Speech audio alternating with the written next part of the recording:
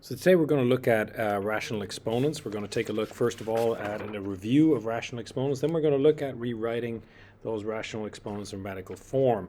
Right. First of all, we're going to take a look at a review. Okay, so I'm not going to spend a lot of time on this. This is a review for you, and if these are things that you are somewhat familiar with already, take a minute to pause the video and take a look at the left-hand side here. I will explain them for you as we go along. So a quick explanation of each part here real quick.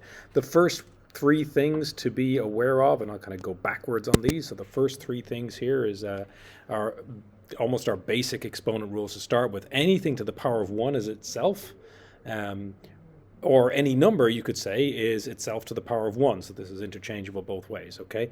Any number to the power of 0 is equal to 1, and so conversely, you can also say that any time you've got the number 1, you can raise it, or you can raise anything you like to the power of 0 to use it as 1.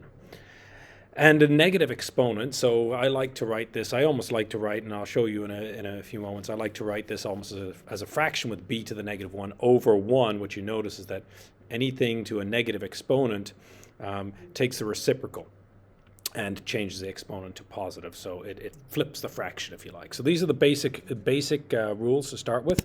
Let's start working our way through the first of all, the three big rules. And the key idea here is that I want you to be familiar with as we work through these is the idea, the general idea, first of all, that the product rule, so when you've got exponents, when you've got bases that are multiplying, so you've got a product, right? A product is saying that you add the exponents. A division, right? A division is saying that you subtract the exponents. A power of a power, so raising something to a power, means that you multiply the exponents. And so there is a fourth rule that we will talk about later on. We'll talk about, well, what about dividing the exponents? What's going on here? How do we divide the exponents? So this is our key idea that we're going to build our way up to. So with that in mind, let's take a look at the the exponent rules that we have already learned so far. Okay, product rule. Any number, right? If you've got the same base and you got exponents, you add the exponents together if they're multiplied. If they're multiplied, if it's a product, you add them together. And the general idea here is given in example 1, right? If you look at example 1, this is the key idea right here. So notice that a to the 5 is written out here, a 5 times, a to the 2 is written twice. You count them all together, you get a to the 7. So that's the general idea that's going on here. You can see in example 2 an extra way of doing it. If you want, feel free to pause the video here and examine this a little bit more closely. Another thing to notice here, of course, is that in example 3, we note that you can't combine unlike terms. So you can't combine variables. It's something we knew already, so just something to point out there. But we do bring together, like it's all multiplication going on here and here, so we can bring together our W's and our Y's. Okay. Next one with a quotient rule. Note again, a to the 5 right here is shown as a times a times a times a times a. A to the second power is shown as a times a. And if you remember, you can kind of cancel above and below to bring a to the 3. All right. The key idea, though, is that that's just subtraction. Right. So that's what's going on there. Third one right here, the power to the power rule. Notice that this is just an extension of the product rule, as it should be, because raising something to an exponent is just an extension of multiplying. Okay, it's multiplying multiplication, essentially. All right, so we've got an a squared here, and we're raising it to the 5th power, so we're raising a squared to the 5th power. So we've got 5 of them, same as we did with the product rule up here. And so all we need to do is apply the product rule and add those together, getting a to the 10. Notice that all we would have needed to do really is multiply. You can take all these extra steps, but it's a lot quicker just to multiply 2 times 5, right?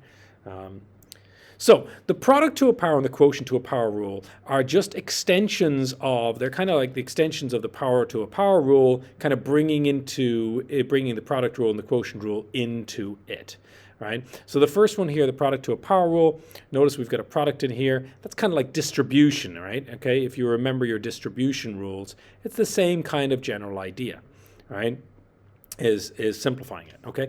So you've got, if you look at example 1 right here, you can break this up. You can say, okay, well, it's 3 squared times x squared, right? So that the numbers you can solve pretty easily, but your variables you got to leave as squares, right? Something else to note there, and something really important to note, is that you're multiplying the exponents together that you can multiply, and you're recognizing that exponents without when you've got a term without a base without an exponent, that's an exponent of 1. So in this case here, it's 3 to the power of 2 times 1, giving you 3 to the power of 2.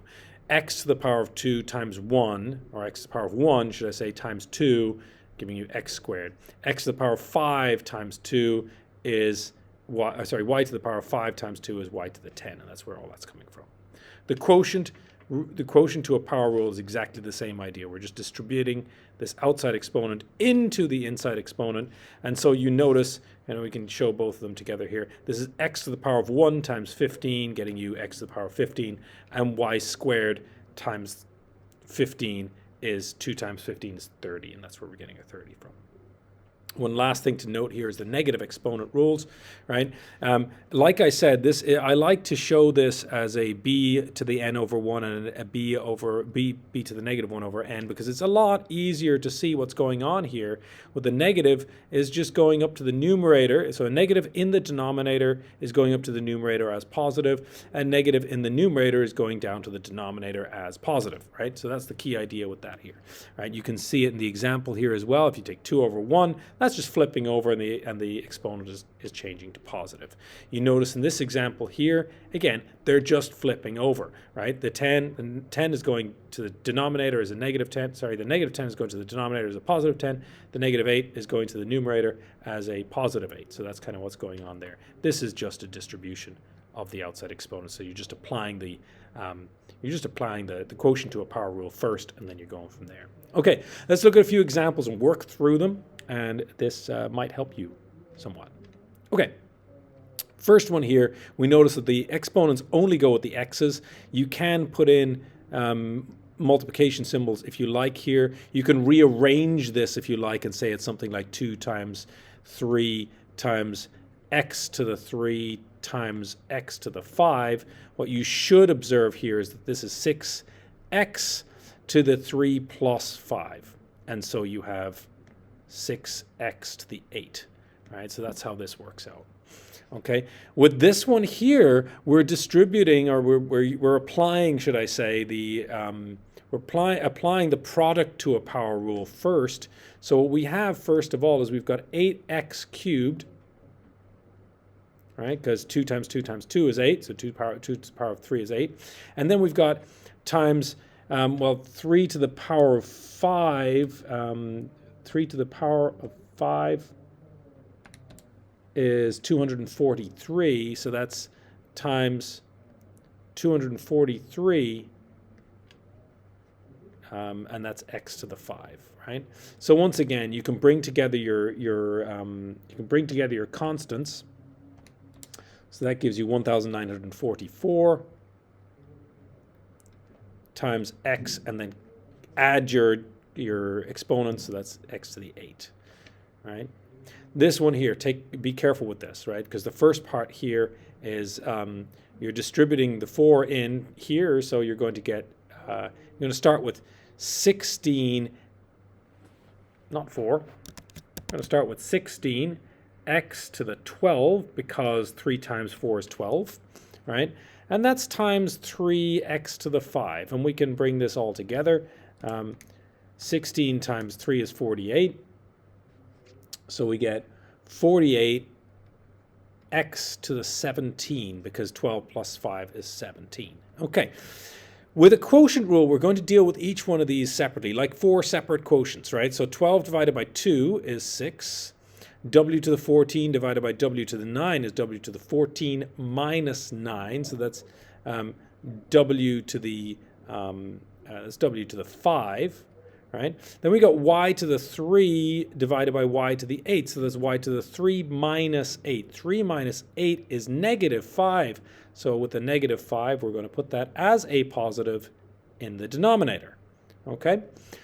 Same idea with z. Z to the first power divided by z to the fifth power is 1 minus 5. So that's z to the fourth power in the denominator because it's z to the negative 4 is what we're getting. Okay?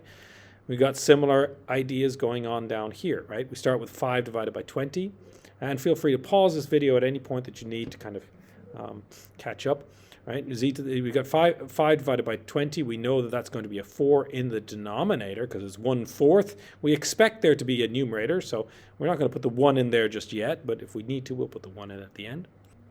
X to the negative 4 divided by x to the 9 is x to the negative 4 minus 9. That's x to the negative 13, so that's x to the positive 13 in the denominator. Right? Now, y to the third power divided by y to the negative second power, that's y to the 3 minus negative 2. That's y to the 3 plus 2, which is y to the 5. So that goes in the numerator. And we're going to leave that there at that for just now, and we'll catch up in another video with rewriting rational exponents to radical form.